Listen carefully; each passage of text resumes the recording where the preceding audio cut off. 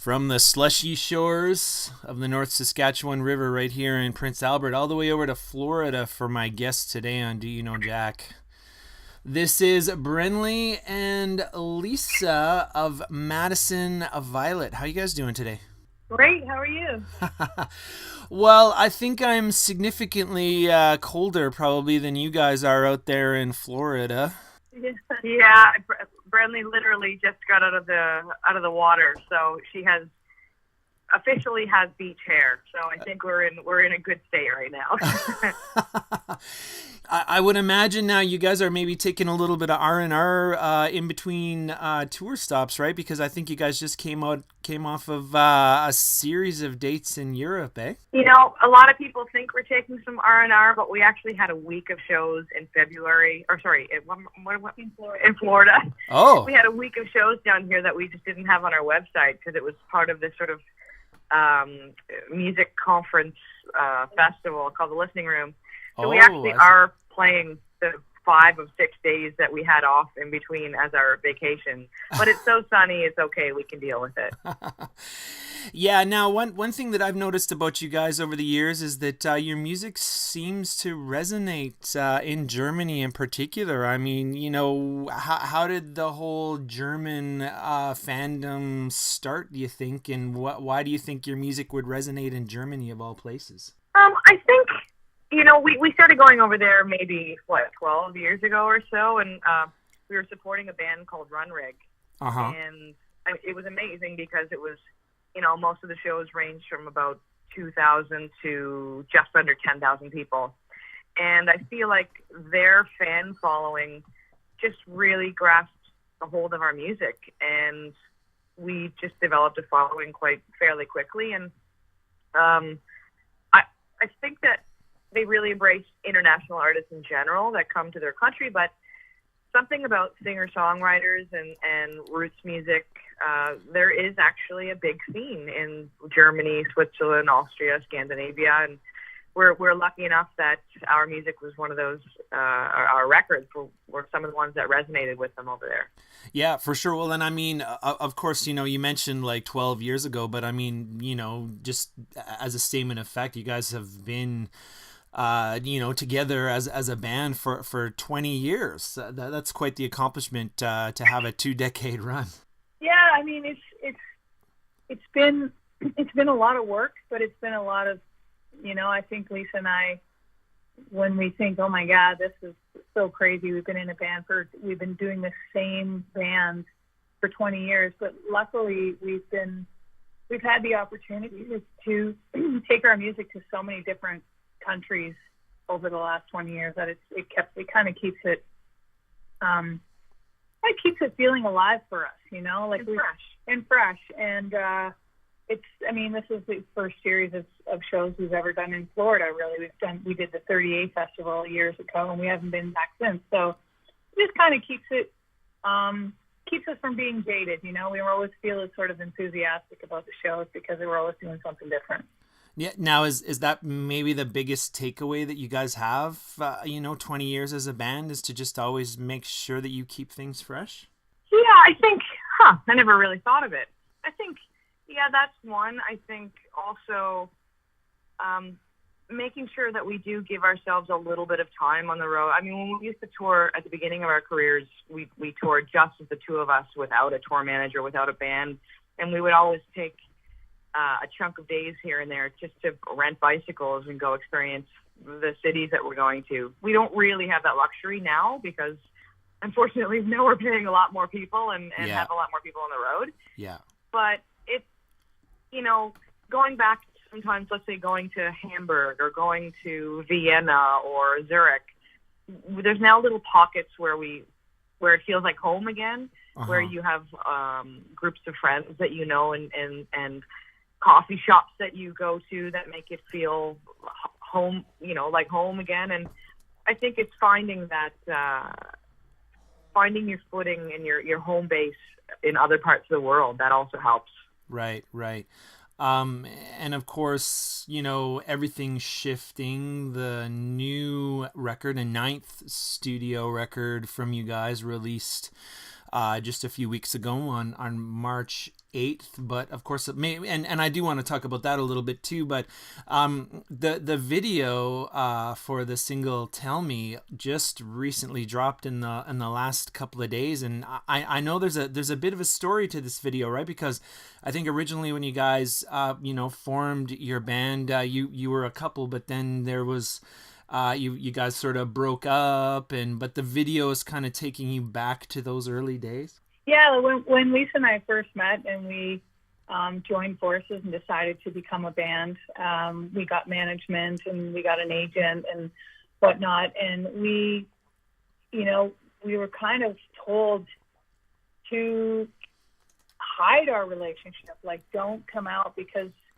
for various reasons, it could really hurt you in the press and blah, blah, blah. So we decided we would kind of, we wanted to be together, so we disappeared. We bought a camper van. We head down to the States, and we kind of went to New Orleans and across number 10 into New Mexico and Arizona and right out to California, and we wrote our first record.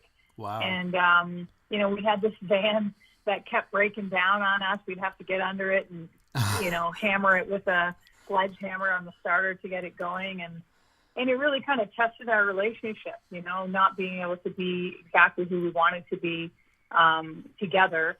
And it was arduous, it wasn't the easiest thing, but we got through it. And we wanted to tell the story of kind of how we got our, how we got our start way back when. And the song "Tell Me" kind of lends itself to telling that story.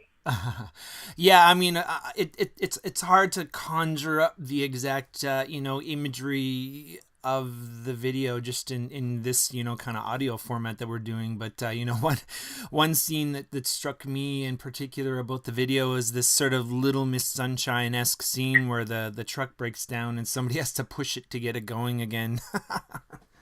It's just a fantastic video. Well, that happened many times for us on the road, and even when we got past that road trip and we'd be doing gigs and we'd do sound check and we'd leave to go and grab a bite to eat and we'd be in our gig clothes and the band would break down. It's like, well, who's climbing under with their show outfit now? I usually drew the shortest straw because I was the shortest. But that shot in the video actually was caught all in one shot. Like if you watch it closely, you can see like the director, Jillian Martin, who's like, she's a total hard ass. She's amazing. Yeah. She ran with her camera, and Ken, who was running and pushing the vehicle, she had to run as fast as she could to jump in that car, and we were so petrified that she was going to wipe out. We were like, our insurance. But she did it. They were tough. They were troopers. Yeah. Yeah, and of course, you can go to the band's YouTube channel if you want to take a look at that video, and I certainly would highly recommend it because Jillian did just a fantastic job with the cinematography and, of course, just telling the story in general. I mean, I'm assuming you guys were quite delighted with the end product. Yeah, we were. I mean, my Crystal Mullen, who was the creative director, it was her and I were kind of walking down. We live in California now, and we were walking down to the beach one day, and we started talking about a concept for the video. And then I just started talking about, Lisa and I way back in the day, and we got our start, and she's like, that's it. That's the story we have to tell. And she kind of drew up the concept, sent it to Jillian, and then Jillian wrote out a storyboard. And yeah, it was just like a really great collaboration there. It was beautiful. Yeah. Now, I mean, just getting back to that period of time. I mean, do you guys regret maybe not coming clean about your relationship, or I think I wish I could say that we did it on our own terms, that we decided when we were ready, because it's not an easy thing for any young person to be open about themselves if it's not the so-called norm. Luckily, the world is changing, and I think one day at a time, more and more people are being more accepting, but there's still a lot of work to do. But we actually, not to sound funny, we actually got a bit blackmailed into telling our story way back when. Wow. And it was by a terrible, smutty magazine on the East Coast called Frank Magazine. Oh. And one of the journalists knew who we were and knew our story and said, if you don't come clean right now in our magazine, we're going to contact everyone you know and write the story ourselves and tell our version of your story. And we're like, well, this is absolute BS. And it was terrible to feel. I mean, obviously we were our close-knit friends, and we circled our wagons pretty tight at the beginning because of the horror stories we were told by industry people. But it's, it wasn't a fair way for us to be pressured. But we basically said, listen, we'll just tell our story and be open and honest, because I don't want some bullshit journalist making up his own version, And it took us a few years, but it took us a while to even just admit it to our own families, and yeah. And so we needed to tell our families first, and then we came out in the press with it. But there are people coming out today who've been in the limelight for 20 years, and they're now just opening up about their sexuality, and that's cool too. I think it's not easy. It's not on my time or your time. It's on the person whose story it's about. It's their time, whenever they feel comfortable.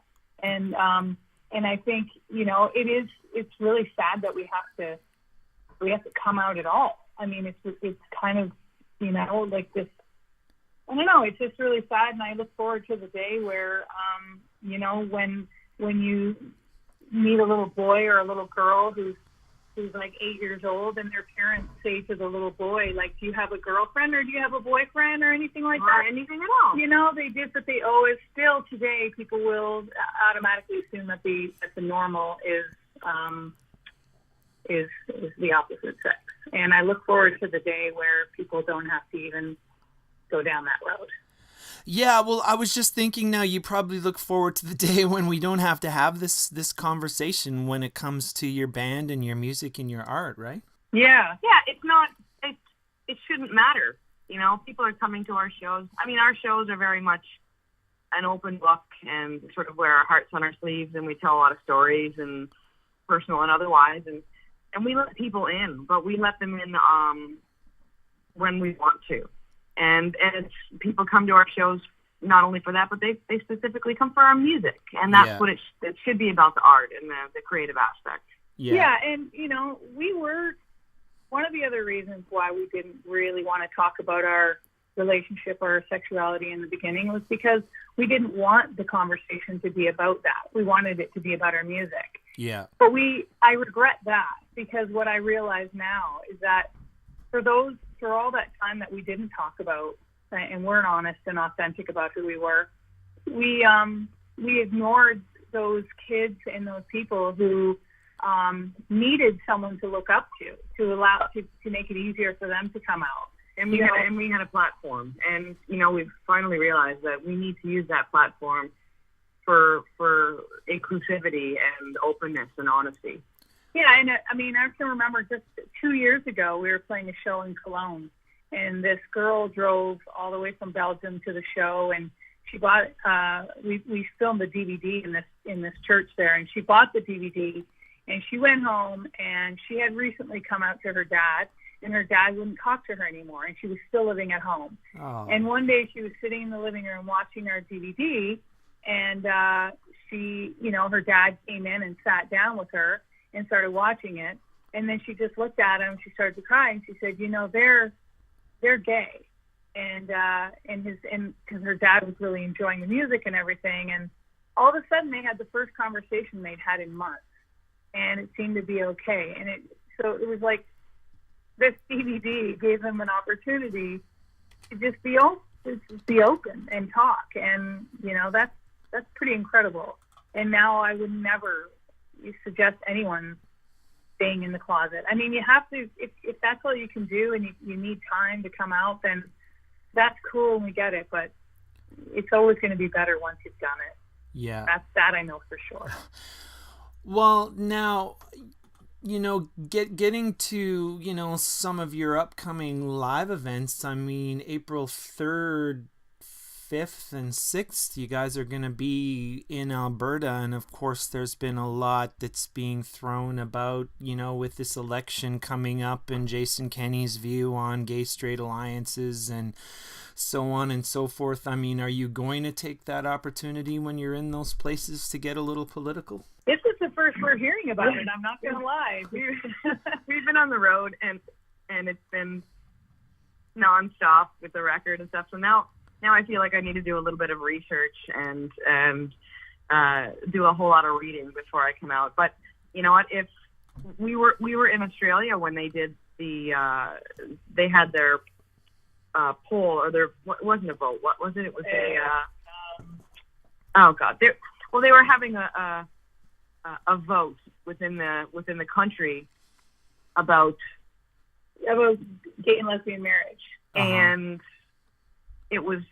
we were very open and very active on the ABC. We did a lot of sort of regional and national interviews, and it was during that. So now I feel we're not very politically driven during our show. We're usually pretty, we make it about the music and heartbreak and harmonies. But if this is going on, then we're definitely going to get more. We're going to get more in the know. And, if we have the platform, we have the microphone, you can't stop what we're saying. Yeah. Well, I know that, I haven't, done a whole lot of research about it myself. It's just something that has been coming across my feed, and I know that a lot of more liberal-minded people are kind of up in arms with what Jason Kenney has been proposing. So yeah, I mean, if you haven't heard of it up until now, like you said, now would be a good chance or time before you guys head out that way to get informed, I suppose. Thank you for feeding it to us, because we will definitely be researching and speaking up about it. Well, now just pivoting a little bit, like I said off the top, everything's shifting. Released March 8th, and sort of by maybe luck and happenstance, you ended up with 2 producers on this. I mean, what's the story there? We're just really greedy. Now, you know what? We had worked with Hill Kukurtis.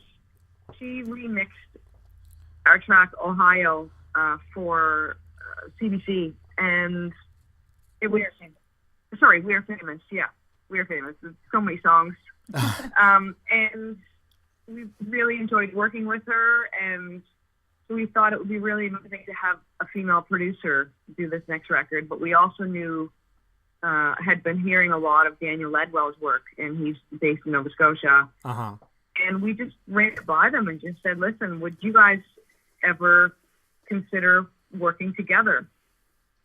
And they were both really up for it. And Daniel flew to Toronto, and we did a good chunk of the record in Toronto. And then we flew to Nova Scotia to Daniel's studio right on the water, and we did the last chunk out there. And it was such a magical experience. It was like they had worked together for 20 years, and wow. It was a beautiful experience. They both brought a lot to the table, a lot of very different elements, and I think their production was just perfect together. Well, now let's talk about what each producer brings to the table. Maybe just starting off with Hill. I mean, what was her bit of magic that she brought when she was working with you guys? Hill is like one of the most inspiring women I've ever met in my life. Honestly, she's the most unassuming, and yet she's on it. She takes no shit. She's just like, boom, this is what we're doing. And she's super prepared and organized. She's a great engineer. She's a musical wizard. She played bass on the record. She played a lot of the keys. She played some guitar on the record. She sang some backup. Her engineering skills are great. She's very, very quick in editing. Dan, he played cello, he played bass, he played guitar as well. I mean, we all played, all the instruments, other than we brought in a couple other musicians with drums and some viola. But also Christine Bougie, she played on the record, and somehow in our album credits, everything's in there except that. So thank you, Christine, for playing on our record. We feel so miserable about having missed that. We got past the editing room, I suppose, when we were putting all the credits together. But yeah, Hill was, she's kind of like a one-stop shop. She can do it all, and same with Dan.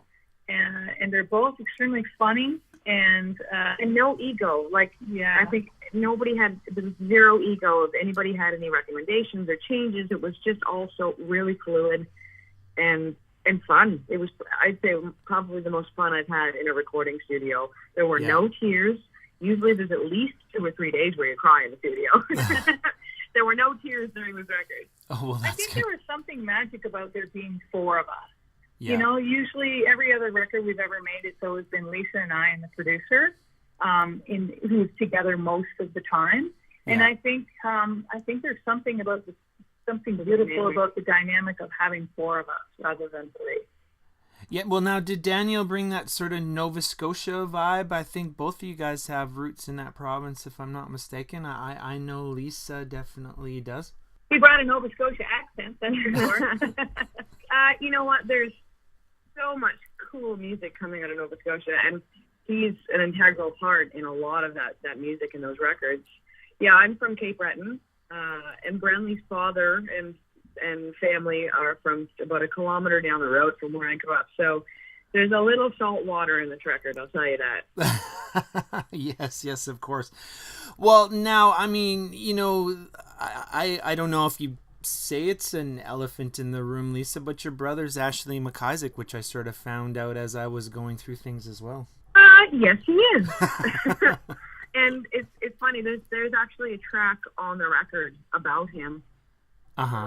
That he didn't hear until after, till a couple of days before the album came out. And the track is called All Over Again. And, you know, we wrote that track about the night I came home from a ski trip in junior high in the 90s. And, you know, finding my mother quite upset, and shortly thereafter realizing that Ashley had just come out and told my parents that he was gay. And, you know, this was a very rural community of 330 people, and there was a whole lot of backlash. And my Ashley was in New York at the time doing a play, and living with Philip Glass during this play. And we were in Cape Breton, and there was a whole lot of backlash, a whole lot of bad press on the East Coast, basically people saying that my parents, what did they do to mess up their child, to make him gay? And, you know, this song was written about the fact that I think that nowadays, I think there would be a lot of people who wish they could take back their reaction and what they did, what they said, and, you know, phone messages they left on our machines. And again, I hope the world has changed and is changing. But so I thought that story was one that needed to be told. Yeah, well, now I talked to Ashley McIsaac a few years ago at Edmonton Folk Music Fest, and you know, he was just so forthright with his personality. I mean, and I remember those exact you know, times when, you know, he did come out and the reaction, and yeah, it was you know, you'd think maybe 20 some odd years later the world, you know, maybe's changed a little bit, but hard to say. It is hard to say. Just sort of take it day by day and hope that, you know, with us through our music and our storytelling, that you can get through to some people. And if you change one person, you've done your job. Yeah. Well, now, the other thing I was going to mention is at some point through your 20-year, you know, career in the industry, your relationships sort of had to be sacrificed for the sake of the music. I mean, how long ago was the breakup, and how did that artistic relationship change after it happened? It's been, it'll be 10 years in July, actually, when we kind of broke up. And there was, I mean, we had to make a choice. Yeah, and things just weren't, things have started to die out. Like sometimes relationships go through a shift, and we're experiencing a real shift for a couple of years.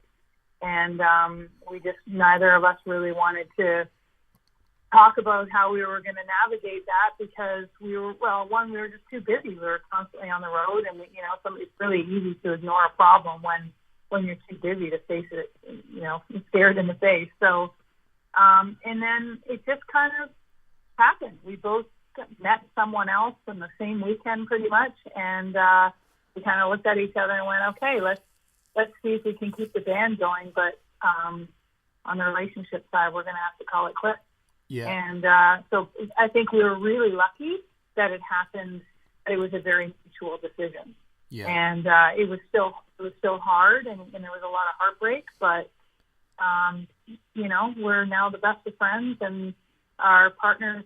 We're still with the same people that we broke up over, and we're all friends. So it's one big happy lesbian family. Yeah, we flew to Germany a few weeks ago, and my partner flew to LA, hanging out with Brenley. So it's nice, and they both understand the industry. They're both creatives as well, right? And so yeah, I think we're really fortunate, and not a lot of partners would be as understanding with having their exes going on the road together and so much time, but they see that the friendship and the music thrive, and they're smart, intelligent, and accepting people, and I think we're very lucky. Yeah. Well, I would agree. And, it's interesting the language you chose there about, a shift in your relationship. I mean, and I know that, from a lyric standpoint, you guys have kind of gone back 20 years and started to revisit aspects of your relationship. So, I mean, is this in particular why the record's called Everything Shifting? Yeah, I mean, we're not only going back 20 years to revisit things in our relationship, but just all the things that have happened in our family as well. Uh-huh. Like Lisa telling the story about her brother coming out. Yeah. And there's another song called Time to Right the Wrong. It took so many years to share, but it's about my brother who was a victim of the Catholic Church and was abused by a priest several years ago. And it, sort of set his life up for disaster, and he was eventually murdered. And we started telling kind of these stories. So it's kind of a shift in our own, sort of view, I guess, of the world, and just go, the only way we can really navigate through all this pain is to explore it fully and tell the story about it. Yeah. That said, there are also some happy songs on the record. Yeah. It's not all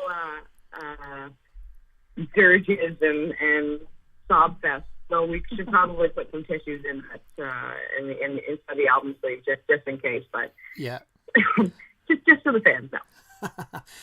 Well, I certainly have enjoyed every second of the record. Like I said, it's called Everything Shifting. It released March 8th. And, of course, this is Do You Know Jack on the line with Brenley McEachern and Lisa McIsaac of Madison Violet. I'm really honored to have been able to have this conversation with the two of you and just explore a wide range of subjects. I really appreciate it. Well, thank you so much for having us. Right on. Well, you guys have a great afternoon there in Florida. Thank you. Thank you. We're about to head to sound check. Yeah. All right. Have a good one. Take care. Bye. Bye.